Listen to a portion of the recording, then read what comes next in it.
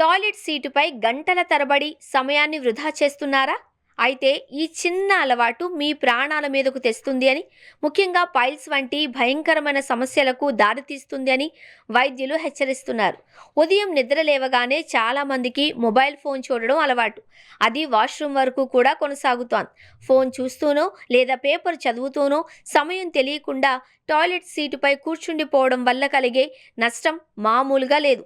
మనం కూర్చునే ఆ భంగిమ, అక్కడ గడిపే అదనపు నిమిషాలు శరీరంలోని ఒక ముఖ్యమైన భాగాన్ని శాశ్వతంగా దెబ్బతీస్తాయని మీకు తెలుసా? చాలామంది తమ దగ్గరకు పైల్స్ వంటి సమస్యలతో రావడానికి ప్రధాన కారణం ఇదేనని వైద్య నిపుణులు బాంబు పేల్చారు. రక్తనాళాలపై ఒత్తిడి. మనం సాధారణ కుర్చీలో కూర్చున్నప్పుడు మన శరీరం ఉండే తీరుకు, టాయిలెట్ ఓవల్ ఆకారపు సీటుపై కూర్చున్నప్పుడు ఉండే తీరుకు చాలా తేడా ఉంటుంది. టాయిలెట్ సీటుపై కూర్చున్నప్పుడు మలాశయం మిగిలిన శరీర భాగాల కంటే తక్కువ స్థానంలో ఉంటుంది. దీనివల్ల భూమికి ఉండే గురుత్వాకర్షణ శక్తి మన కటి ప్రాంతంపై విపరీతమైన ఒత్తిడిని తీసుకొస్తుంది. ఈ ఒత్తిడి వల్ల రక్త ప్రసరణలో మార్పులు సంభవిస్తాయి.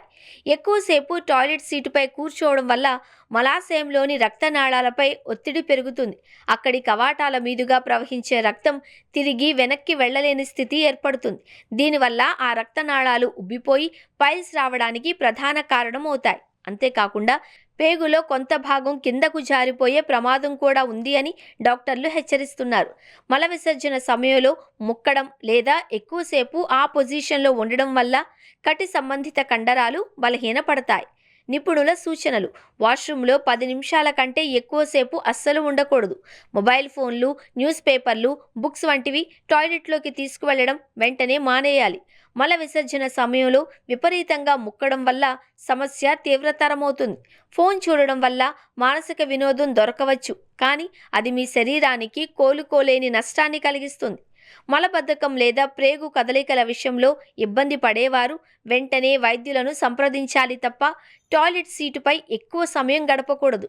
ఆరోగ్యకరమైన జీవనశైలి కోసం ఈ చిన్న మార్పును ఈ రోజే మొదలుపెట్టండి.